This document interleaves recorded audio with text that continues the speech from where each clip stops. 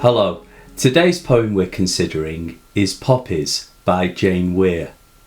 Before we start, if you haven't yet subscribed to our channel, it would be greatly appreciated if you would. Thank you so much. I have the poem here, so let's start. 3 days before Armistice Sunday, and poppies had already been placed on individual war graves. Before you left, I pinned one onto your lapel, crimped petals, spasms of paper red, disrupting a blockade of yellow bias binding around your blazer.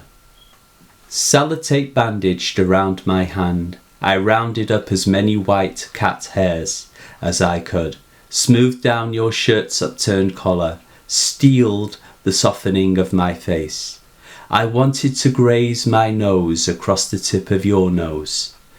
Play at being Eskimos like we did when you were little. I resisted the impulse to run my fingers through the gelled blackthorns of your hair. All my words flattened, rolled, turned into felt, slowly melting. I was brave as I walked with you to the front door. Threw it open, the world overflowing like a treasure chest. A split second and you were away, intoxicated. After you'd gone, I went into your bedroom, released a songbird from its cage. Later a single dove flew from the pear tree, and this is where it has led me. Skirting the churchyard walls, my stomach busy making tucks, darts, pleats, hatless without a winter coat or reinforcements of scarf, gloves. On reaching the top of the hill, I traced the inscriptions on the war memorial, leaned against it like a wishbone. The dove pulled freely against the sky, an ornamental stitch. I listened, hoping to hear your playground voice catching on the wind. You may have gathered that Poppies is an intensely powerful poem. There's plenty to unpack, so let's start. The poem is written from the perspective of a mother recalling the day her son left home to fight in a war, possibly the one in Afghanistan. The poem is poignant because her son is likely dead, and the mother is recalling the last time she saw him alive. The poem concerns war's aftermath and the dreadful effect on those close to the deceased. In stanzas 1 and 2, the speaker describes a tender moment as her son prepares to leave for war and the anguish she feels and hides from him. In line 3, the poet employs an apostrophe, a poetic device where the speaker addresses an absent person or thing. Before you left. Using the first person voice, for example, I, makes the poem deeply personal. Using second person pronouns, you and your, stresses the intimacy between mother and son. The first 3 lines foreshadow the soldier's death by linking him to those servicemen and women who have died in previous wars and commemorated every year on Armistice Day, now Remembrance Sunday.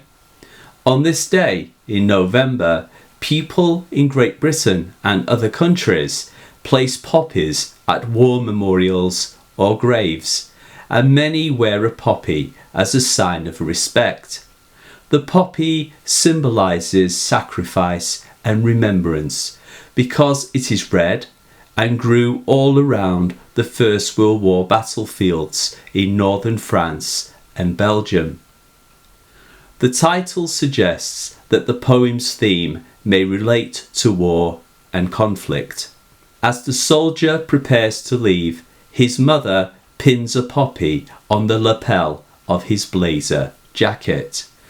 I pinned one onto your lapel, crimped petals, spasms of paper red, disrupting a blockade of yellow bias binding around your blazer. The poet's word choice, spasm, crimped, blockade, and later in the poem bandaged, are associated with war, pain and injury, and red symbolises blood. The words reflect the concerns in the mother's mind that her son will be killed or maimed. I rounded up as many white cat hairs as I could, smoothed down your shirt's upturned collar, steeled the softening of my face. Because the mother knows her son will be away at war for a long time, she takes the opportunity to be physically close to him. She pins the poppy and uses sellotape to remove cat hairs from his blazer. A blazer is a smart jacket worn by adults and school children, and the mother fusses and ensures he is smart like she did when he was a child. She smoothed down your shirt's upturned collar. She tries not to let her son see her worry by softening the tightness of her facial muscles. Steeled the softening of my face. Steeled and later brave remind us that loved ones demonstrate courage when their sons and daughters go to war. She does not want him to see how upset she is, and affectionately wants to rub her nose against his as they did when he was a child, what we call an Eskimo kiss. She is tempted to run her fingers through his hair, spiky and thick like a blackthorn bush, but resists the impulse, urge. I wanted to graze my nose across the tip of your nose, play at being Eskimos like we did when you were little. I resisted the impulse to turn my fingers through the gelled blackthorns of your hair. This sweet and affectionate gesture brings the speaker back to an earlier time. Using a simile, she notes that it would be like we did when you were little. The simile underlines the key points of these lines. The speaker does not just want to express affection for her child. She wants to go back in time, to a time when the child was safe from war and violence, a time when the speaker could protect her child. This theme is present in the poem's last line, your playground voice catching on the wind. Graze suggests the danger the young man will face in the war. The son is smartly presented for his departure. He has gelled his hair and sports a blazer. The mother ensures he looks his best by pulling his shirt collar down. His hair is spiky and thick like a blackthorn tree. Referencing the tree suggests he is tall. Blackthorn suggests danger, as the tree contains sharp thorns and can scratch. However, the mother realizes that her son is no longer that little boy. Gelled hair suggests he has formed his own identity and transformed into a young adult. The caesura in line 14 emphasizes the transformation and break with childhood. Also, the break between the affectionate past the speaker recalls and the difficulties of the present. It signals the change in the power dynamic between a mother who can control and direct a child and the young adult who must make his way in the world. Intoxicated recalls a rite of passage for many young people when they sample alcohol for the first time. They get drunk and are often sick.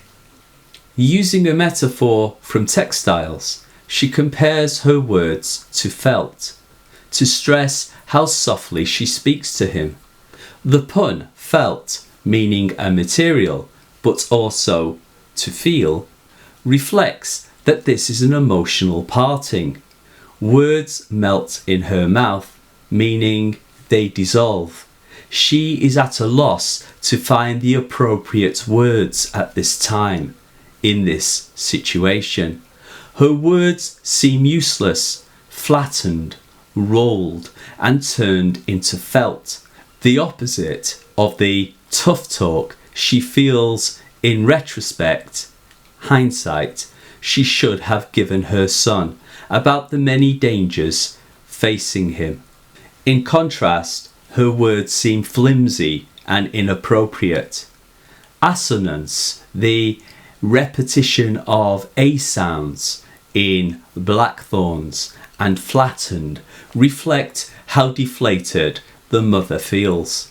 All my words, flattened, rolled, turned into felt. Slowly melting, I was brave as I walked with you to the front door. The sentiment of line 17 spills across to stanza 3 and emphasises the extent to which the speaker's words fail and fall apart. She walks with him to the front door, noting her courage to allow her precious son to leave for war. I was brave as I walked with you to the front door, threw it open, the world overflowing like a treasure chest.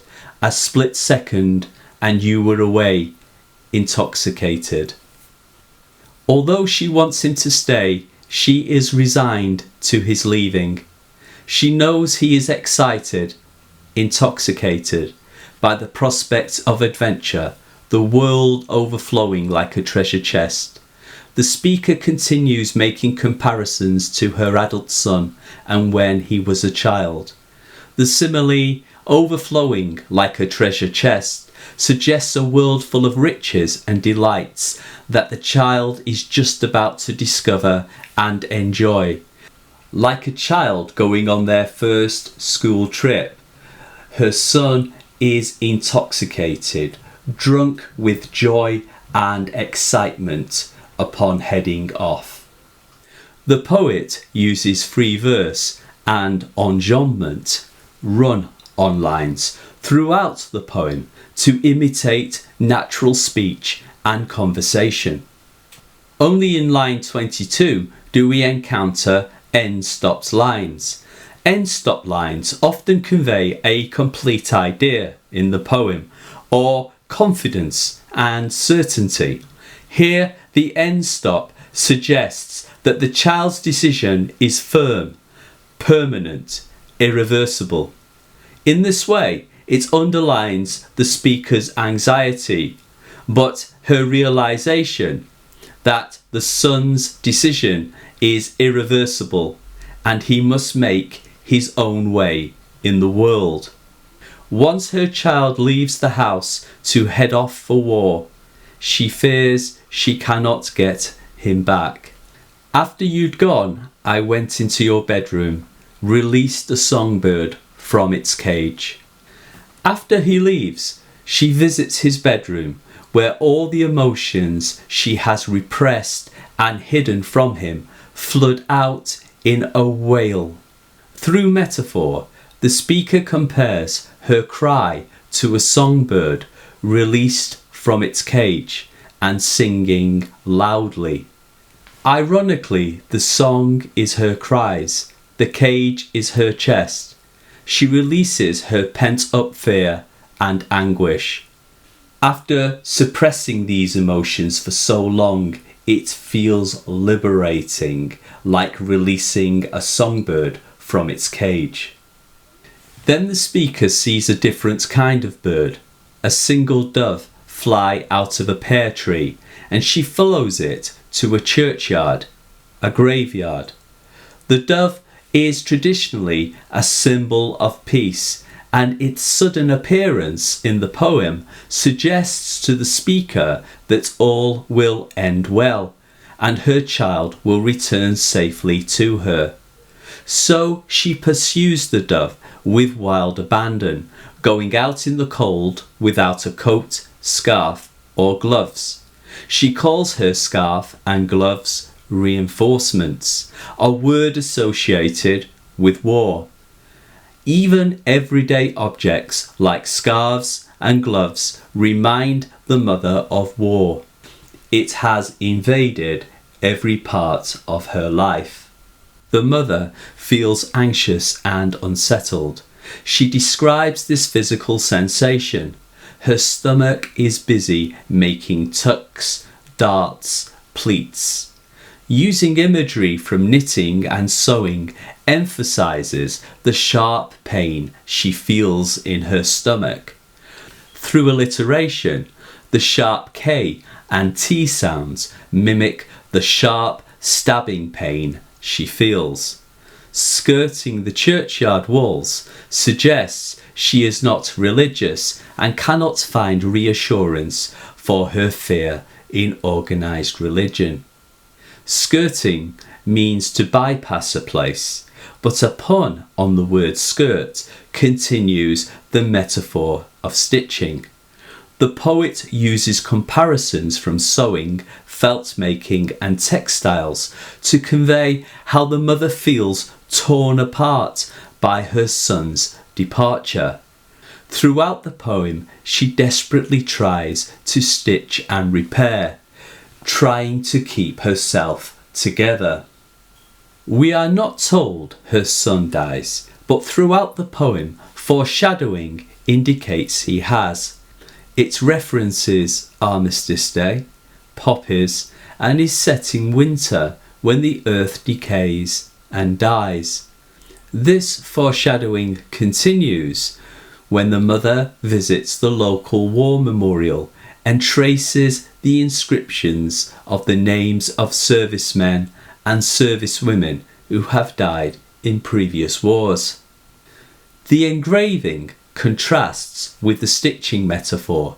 Stitching symbolises the flow of life as a tapestry that can be mended and added to.